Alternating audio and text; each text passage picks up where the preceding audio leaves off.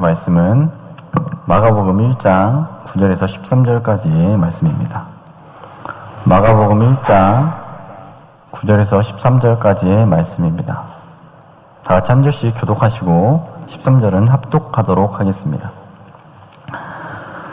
그때 예수께서 갈릴리 나사렛으로부터 나서 요단강에서 요한에게 세례를 받으시고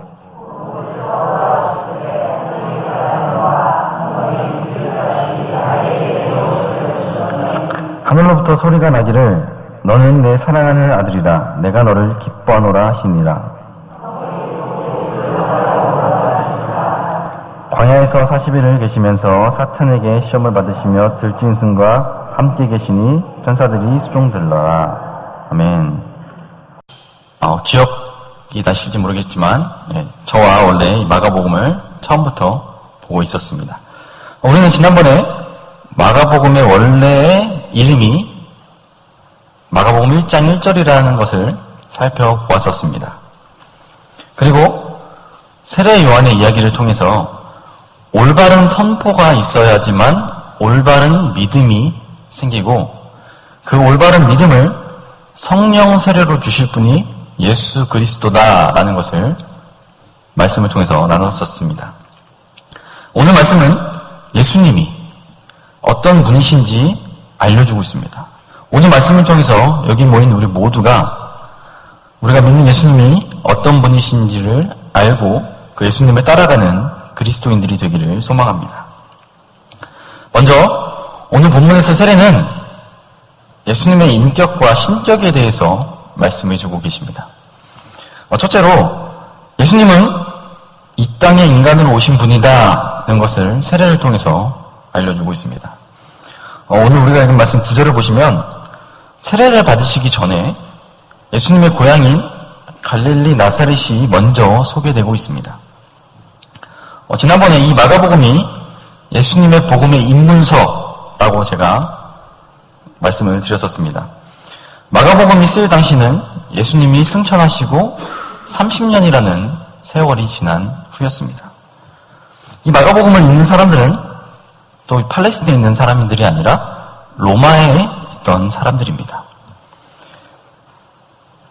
그들은 그 사람들 중에는 예수님을 만나지 못한 사람들이 아주 많았을 것입니다. 그들은 이 복음서를 읽으면서 팔레스타인에서 벌어지는 일들을 보고 있지만 갈릴리 나사렛이 어디에 있는지 아는 사람은 거의 없었을 것입니다. 누군가의 설명 없이는 사건들이 일어나는 곳이 어떤 곳인지, 어디에 있는 곳인지 결코 알 수 없었을 것입니다. 저는 태어나서 부산에 단 2번 가봤습니다. 그래서 누군가가 와서 저에게 와서 부산에 대해서 얘기를 하면 저는 그곳이 어디인지, 어떤 곳인지 잘 소통하지 못합니다. 지금은 인터넷이 발달되어서 핸드폰을 켜고 지도만 켜면 그곳의 사진을 볼 수도 있는 시대입니다. 이렇게 발달한 시대에도 다른 지역이 어디에 있는지 어떤 곳인지 알 수가 없습니다.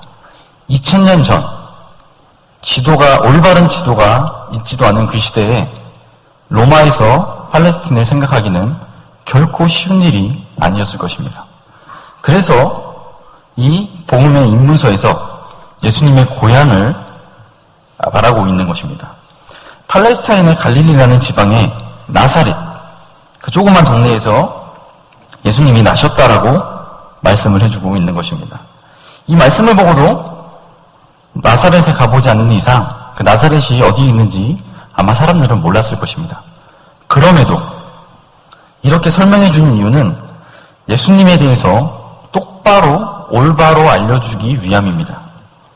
예수님을 모르는 이들에게 예수님이 실제 역사 속에서 존재하셨다는 것을 알려주는 것입니다. 예수님의 고향을 말씀해 주므로 그 당시 이 마가복음을 읽는 사람들에게 예수님이 실제로 이 땅에 존재했던 사람임을 알려주기도 하지만 그 이후에 기독교의 역사에서도 아주 중요한 역할을 하게 됩니다. 예수님이 승천하신 지 채 50년도 되지 않아서 예수님이 이 땅에 오셨다는 것을 예수님의 인성을 부인하는 사람들이 생겨나기 시작했습니다. 그리고 예수님의 인성을 부인하는 사람은 기독교 역사 가운데 끊임없이 항상 있었습니다. 최근에는 마커스 보그, 도미닉 크로산이라는 유명한 학자들이 예수 세미나라는 그룹을 만들었습니다. 이름은 정말 좋습니다. 예수 세미나. 하지만 그 그룹이 하는 일은 역사적 예수, 예수님이 역사적으로 존재했는지를 모른다라고 주장하는 단체입니다. 이렇게 예수님께서 이 땅에 오셨다는 사실을 부정하는 사람들에게 오늘 우리가 읽은 말씀은 갈릴리 나사렛이라는 분명한 고향을 가지신 예수님이 역사적으로 존재했다는 것을 증명해 주는 것입니다. 이 말씀은 1세기부터 21세기까지 그리고 예수님이 다시 오실 재림의 그날까지 예수님께서 이 땅에 실제로 존재하셨다는 것을 말씀하고 있는 것이고 말씀해 주실 것입니다. 둘째로 세례는 예수님이 우리의 죄를 대신해서 십자가에 달려 돌아가 죽으시는 메시아이라는 것을 알려주시는 것입니다. 오늘 말씀을 보면 예수님께서 세례를 받는 장면이 나오게 됩니다. 예수님의 세례는 아마도 침례였을 것입니다. 10절을 보시면 물에서 올라오실세라는 말씀을 있는데 이것을 보면 예수님께서 물에 들어가셨다가 나오셨다는 것을 알 수 있습니다. 예수님께서 침례를 받으셨기 때문에 우리도 반드시 침례를 받아야 된다라고 생각하실 필요는 없는 것 같습니다. 지금 교회에서 행해지는 세례라는 것은 우리 교회에 가입시키는 것을 뜻하고 그리스도를 믿게 되었다라고 교인들에게 선포하는 것입니다. 그래서 환경의 여건에 따라 변할 수 있는 것이고 우리는 그래서 침례를 하지 않고 세례를 하고 있습니다. 중요한 것은 성부와 성자와 성령의 이름으로 세례를 베풀고 세례를 받는 것이고 그 세례를 받는 자가 그리스도가 자신의 주인이심을 고백하는 것, 그것이 세례에서 가장 중요한 것입니다. 물에 들어갔다가 나오는 이 침례, 이 세례는 유대교에는 없었던 예식이었습니다. 유대교에는 종파가 아주 많이 있었습니다. 우리 지금 기독교에도 장로교만 봐도 순자, 그리고 고신, 합동, 통합 이렇게 파가 많은데 당시 유대교도 이렇게 많은 파당으로 이루어져 있었습니다. 예를 들면 사두개파, 그리고 바리새파, 그리고 바리새파에서 조금 더 급진적인 열심당, 그리고 성경에는 나오지 않지만 에스네파, 쿰란 공동체라는 파당도 있었습니다. 이 쿰란 공동체의 쿰란 공동체에서 세례와 침례와 비슷한 예식을 행하긴 했습니다. 그들은 물을 받아놓고 그 물에 들어갔다 나오면 정결해진다라는 정결 예식을 행하긴 했습니다. 하지만 그들이 하는 그 정결 예식은 지속적으로 해야 되는 것이고 우리 기독교의 세례는 단 한 번만 행하는 것입니다. 그래서 이 세례는 세례 요한으로부터 역사에 등장하기 시작합니다. 그래서 요한에게 세례 요한이라는 별명이 붙여지게 됩니다. 그전에는 아무도 없었기 때문에 요한에게 세례를 주는 사람이라는 별명이 붙은 것입니다. 이 세례 요한에게 예수님께서는 세례를 받고자 하십니다. 마태복음 3장 14절을 보면 예수님께서 세례 요한에게 세례를 받으시려고 하실 때 이 세례 요한이 예수님을 말리는 것을 볼 수 있습니다. 오히려 요한 자신이 예수님께 세례를 받아야 한다고 말합니다. 요한은 예수님의 정체, 예수님이 어떤 분이신지 알고 있었던 것으로 보입니다. 요한 자신은 물로 세례를 주지만 예수님께서는 성령으로 세례를 주신다라고 말하는 것으로 봐선 세례 요한은 예수님이 어떤 분이신지를 분명히 알았던 것 같습니다. 예수님은 성령으로 세례를 주실 수 있는 분이심에도 불구하고 물로 세례를 받고자 하십니다. 예수님께서는 왜 세례 요한에게 세례를 받으려고 하셨을까요? 요한은 사람들에게 회개의 세례를 받으라고 했습니다. 요한이 주는 세례는 자신의 죄를 고백하고 받는 회개의 세례였습니다. 즉, 죄인이 자신의 죄를 고백하고 이제 그 죄를 더 이상 안 짓겠다라고 고백하고 받는 것이 바로 세례 요한이 주는 세례였습니다. 그렇다면 세례 요한이 세례를 회개의 세례로 생각한다면 예수님께서도 회개가 필요한 것처럼 들릴 수가 있습니다. 그렇지만 예수님께서는 회개가 필요 없으신 분이시죠. 예수님은 죄가 없으신 분이십니다. 회개의 표시로 세례를 받는 것이 아니면 예수님은 왜 세례를 받고자 하셨을까요? 여기서 마태복음을 한 번 더 볼 필요가 있습니다. 마태복음 3장 15절을 보면 이렇게 말씀해주고 있습니다. 우리가 이와 같이 하여 모든 의의를 이루는 것이 합당하니라 하시니 라고 예수님께서 말씀해주고 계십니다. 즉 예수님께서 세례를 받으시는 이유는 모든 의의를 이루시기 위함이었습니다. 여기서 말씀하는 모든 의의는 바로 하나님의 뜻을 말씀합니다. 예수님은 하나님의 뜻을 이루기 위하여 세례를 받으셨습니다. 예수님께서 이루고자 하셨던 하나님의 뜻은 무엇이었을까요? 예수님을 향한 하나님의 뜻은 무엇이었을까요? 그것은 오늘 말씀 1장 11절을 보면 알 수 있습니다. 하늘로부터 소리가 나기를 너는 내 사랑하는 아들이라 내가 너를 기뻐하노라 하시니라. 아멘. 이 말씀을 보면 이것이 어떻게 예수님을 향한 하나님의 뜻이지? 라고 생각이 들 수가 있습니다. 이 말씀만 보면 이것이 하나님의 뜻임을 결코 알 수 없습니다. 이것과 이 말씀과 연결된 구약의 말씀을 살펴볼 때 이것이 하나님의 뜻임을 우리는 분명히 알 수 있습니다. 신약 성경은 많은 부분, 거의 대부분이 구약 성경과 연결이 되어 있습니다. 그래서 우리가 신약 성경의 올바른 뜻을 이해하고자 하면 구약 성경과 반드시 연결시켜야 합니다. 그래서 한번 연결시켜서 보도록 하겠습니다. 하늘이 갈라지고 성령이 내려오시는 것을 봤을 때 이 하늘에서 나는 소리는 분명히 하나님의 음성입니다. 하늘로부터 성령이 내려왔기 때문에 또 유대인들은 하늘에 계신 분이 하나님이시라고 고백했기 때문에 하늘로부터 나는 소리는 하나님의 음성이었음이 분명합니다. 이 하나님의 음성이 너는 내 사랑하는 아들이라 내가 너를 기뻐하노라 라고 예수님께 말씀하셨습니다. 이 짧은 말씀 속에 예수님이 어떤 분이신지가 정확히 나와 있습니다. 먼저 성령을 10절부터 보면 성령을 비둘기로 표현하고 있는데 당시 유대인들은 비둘기를 구원의 소식을 알려주는 성령의 상징으로 이해했습니다. 비둘기가 구원의 소식을 갖고 오는 성령이다, 하나님의 영이다 라고 유대인들을 생각했습니다. 아마도 노아의 방주 사건을 통해서 그렇게 해석했던 것 같습니다.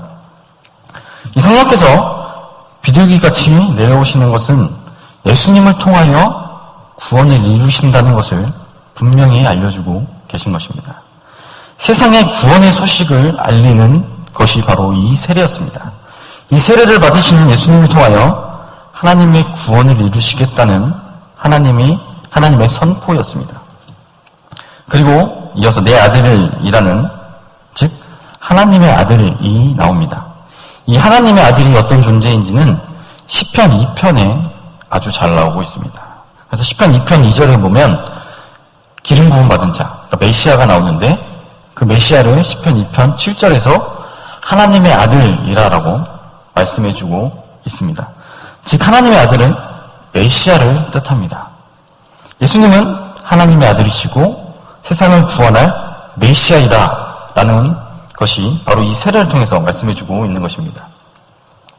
이어서 보시면 기뻐하신다라고 기뻐하는 자라고 말씀해주고 있습니다. 하늘로부터 들려온 음성은 내 아들이라 내가 너를 기뻐하노라 였습니다. 여기서 기뻐한다는 것은 이사야서 42장을 통해서 우리가 알 수 있습니다. 이사야서 42장에서 나오는 메시아는 하나님께서 기뻐하신다라고 말씀해주고 있는데 이 이사야서 42장 1절을 제가 읽어드리겠습니다. 내가 붙드는 나의 종, 내 마음에 기뻐하는 자, 곧 내가 택한 사람을 보라. 내가 나의 영을 그에게 주었은즉 그가 이방의 정의를 베풀리라. 아멘. 성령이 이르오고 하나님의 아들로 선포되고 하나님의 기뻐하는 자로 인정되는 이 예수님의 세례와 방금 제가 읽어드린 이사야서 42장의 1절과 아주 비슷한 요소들이 많이 있는 것을 볼 수 있습니다. 이 예수님의 세례와 아주 유사한 이 이사야서 42장은 42장에서 여호와의 종이라는 표현이 제일 처음에 나왔습니다. 내가 붙드는 나의 종이라는 표현이 제일 먼저 나왔는데 이 여호와의 종은 이사야서 53장에서 옳게 또 잘 설명해주고 있습니다. 제가 이사야서 53장 1절에서 10절까지의 말씀을 읽어드리겠습니다. 그는 멸시를 받아 사람들에게 버림받았으며 간고를 많이 겪었으며 질고를 앓는 자라. 마치 사람들이 그에게서 얼굴을 가리는 것 같이 멸시를 당하였고 우리도 그를 귀히 여기지 아니하였도다. 그는 실로 우리의 질고를 지고 우리의 슬픔을 당하였거늘 우리는 생각하기를 그는 징벌을 받아 하나님께 맞으며 고난을 당한다 하였노라. 그가 찔림은 우리의 허물 때문이요 그가 상함은 우리의 죄악 때문이라. 그가 징계를 받음으로 우리는 평화를 누리고 그가 채찍에 맞음으로 우리는 나음을 받았도다. 우리는 다 양 같아서 그릇 행하여 각기 제 길로 갔거늘 여호와께서는 우리 모두의 죄악을 그에게 담당시키셨도다. 그가 곤욕을 당하여 괴로울 때에도 그의 입을 열지 아니하였음이며 마치 도수장으로 끌려가는 어린 양과 털 깎는 자 앞에 잠잠한 양같이 그의 입을 열지 아니하였도다. 그는 곤욕과 신문을 당하고 끌려갔으나 그 세대 중에 누가 생각하기를 그가 살아있는 자들의 땅에서 끊어지면 마땅히 형벌을 받을 내 백성의 허물 때문이라 하였으리요. 그는 강포를 행하지 아니하였고 그 입에 거짓이 없었으나 그의 무덤이 악인들과 함께 있었으며 그가 죽은 후에 부자와 함께 있었도다. 여호와께서 그에게 상함을 받게 하시기를 원하사 질고를 당하게 하였은즉 그의 영혼을 속건제물로 드리기에 이르면 그가 씨를 보게 되며 그의 날은 길 것이요 또 그의 손으로 여호와께서 기뻐하시는 뜻을 성취하시리로다. 아멘. 구약의 말씀입니다. 이사야의 예언의 말씀입니다. 예수님의 세례에 숨겨져 있는 말씀이 바로 이 말씀인 것입니다. 하나님은 예수님이 고난받는 종의 메시아임을 세례를 통해서 알려주셨습니다. 방금 우리가 읽은 이 메시아 이사야 53장에서처럼 자기의 백성의 죄를 사하기 위하여 대속죄물로 죽게 되는, 고난받게 되는 이 여호와의 종, 이 종이 바로 예수님이셨습니다. 예수님은 죄인들과 자기를 동일시하며 요한의 회개의 세례를 받으시기로 결심하셨습니다. 요한의 세례를 받는 것이 하나님의 뜻임을 분명히 하셨습니다. 그리고 그렇게 하는 것이 바로 하나님의 모든 의를 이루는 것임을 분명히 아셨습니다. 예수님의 세례는 하나님의 뜻에 순종하는 세례였습니다. 우리가 세례를 받을 때 고백하는 것이 무엇입니까? 이 세례를 통하여 예수님을 믿음으로 죄에서 씻김을 받고 예수님께 속한 사람이 되었다라고 고백합니다. 세례받은 사람은 자신이 예수님께 속했다라고 고백하는 것입니다.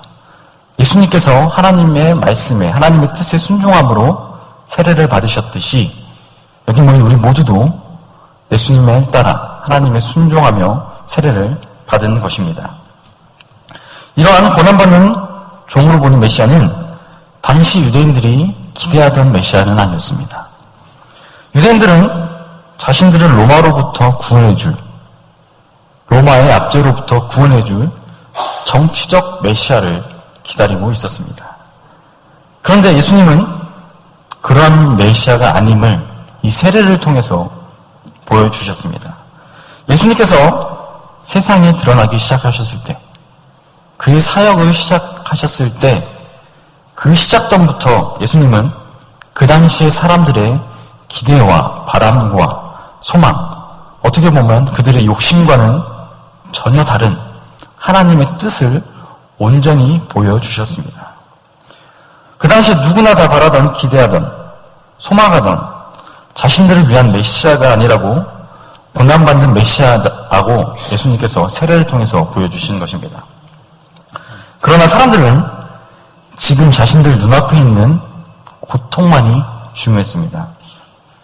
그들은 자신들이 앞으로 받게 될 그 영원한 고통은 생각하지 않았습니다. 왜냐하면 자신들은 아브라함의 자손이고 하나님의 백성이다라고 생각했기 때문입니다. 그들은 이미 하나님의 백성이다, 자신들이 하나님의 백성이다 라고 생각하고 있었고, 지금 중요한 것은 자신들 눈앞에 있는 고통, 힘듦, 그 로마의 지배로부터 벗어나는 것뿐이었습니다. 그러나 예수님은 그것이 옳지 않다라고 처음부터 세례를 통해서 보여주신 것입니다.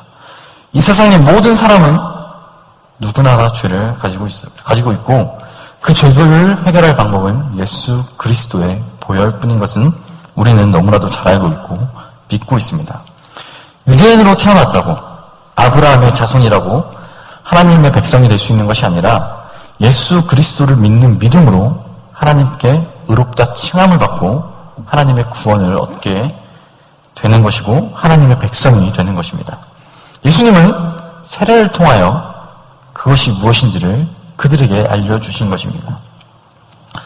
또 자신의 앞날의 문제만 바라보는 사람들에게, 그 앞날의 문제만 해결되기를 소망하는 사람들에게 가장 근본적이고 가장 핵심적이고 영원한 문제를 해결해 주시겠다고 세례를 통해서 예수님께서 보여주신 것입니다. 지금 눈앞에 있는 삶을 바라보는 것이 아니라 하나님과의 관계를 바라보라고, 하나님과 함께하는 삶을 살 수 있게 되는 그 행복한 삶을 바라보라고, 하나님과 영원히 함께할 수 있는 그 구원을 바라보라고 예수님께서 세례를 받으신 것입니다. 그리고 그 길이 물질적인 힘으로, 권력으로, 군사력으로 로마를 이기는 것이 아니라 예수님 자신을 희생하여 하나님의 뜻에 맞춰 고난받는 종이 되겠다라고 고백함을 받는 것이 바로 예수님의 세례인 것입니다. 자신의 앞길만 걱정하는 사람들을 위해서, 자신의 미래만 걱정하는 사람들을 위해서 예수님은 자신을 희생하며 그들 영원한 문제를 해결해 주셨습니다. 이것이 바로 예수님의 세례였습니다. 사람들이 죄를 회개하고 받는 세례가 아니라 그 사람들의 죄의 문제를 끌어안고 가는 세례가 바로 예수님께서 받은 세례인 것입니다.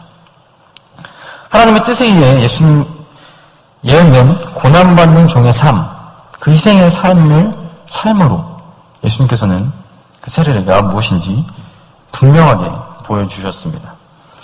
여러분은 예수님을 어떻게 바라보고 계신가요? 지금 내 눈앞에 있는 문제를 해결해 주실 분으로 바라보고 계신가요? 맞습니다. 예수님은 분명히 지금 우리 앞에 문제들을 해결해 주실 분이십니다. 우리의 삶을 인도해 주실 것이고 우리에게 좋은 것을 항상 주실 것입니다. 결국 우리를 선한 길로 이끌어가 주실 분이십니다. 그러나 예수님께서 우리를 선한 길로 이끌어 주실 분이라고 해서 우리가 바라는 모든 것, 그 모든 것을 이루어 주실, 지켜주실 분이라고는 생각해서는 결코 안 됩니다. 예수님은 하나님의 뜻 아래에서 우리를 선한 길로 인도해 주실 분이십니다. 우리를 보호해 주실 분이십니다. 우리의 욕심을 이루어 주실 분이 아니라 하나님의 뜻을 이루어 주실 분이십니다. 하나님의 뜻대로 우리를 구원해 주실 분이지 이 땅에서 우리의 욕심을 채워주시거나 우리의 만족을 위하여 우리의 뜻을 이루어주실 분이 아니십니다. 여기 모인 우리 모두는 우리의 바람이나 우리의 소망을 이루어주실 분으로 예수님을 생각하지 않기를 바랍니다.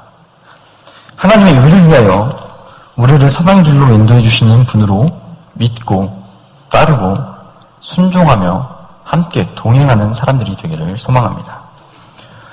예수님의 시험은 사탄을 이기고 새로운 하나님의 나라가 시작된다라는 것을 보여주셨습니다.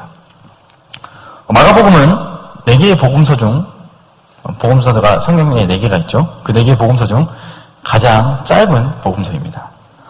마가복음의 특징이 여러 가지가 있는데 그 중에 하나는 사건 전개가 매우 빠르게 진행된다는 것입니다. 다른 복음서들보다 훨씬 더 빠르게 진행이 됩니다. 세례 요한의 소개부터 오늘 우리가 읽은 말씀까지의 내용은 마태복음이나 누가복음에서는 4장까지의 내용입니다. 하지만 우리가 읽은 말씀은 13절밖에 안 됐죠.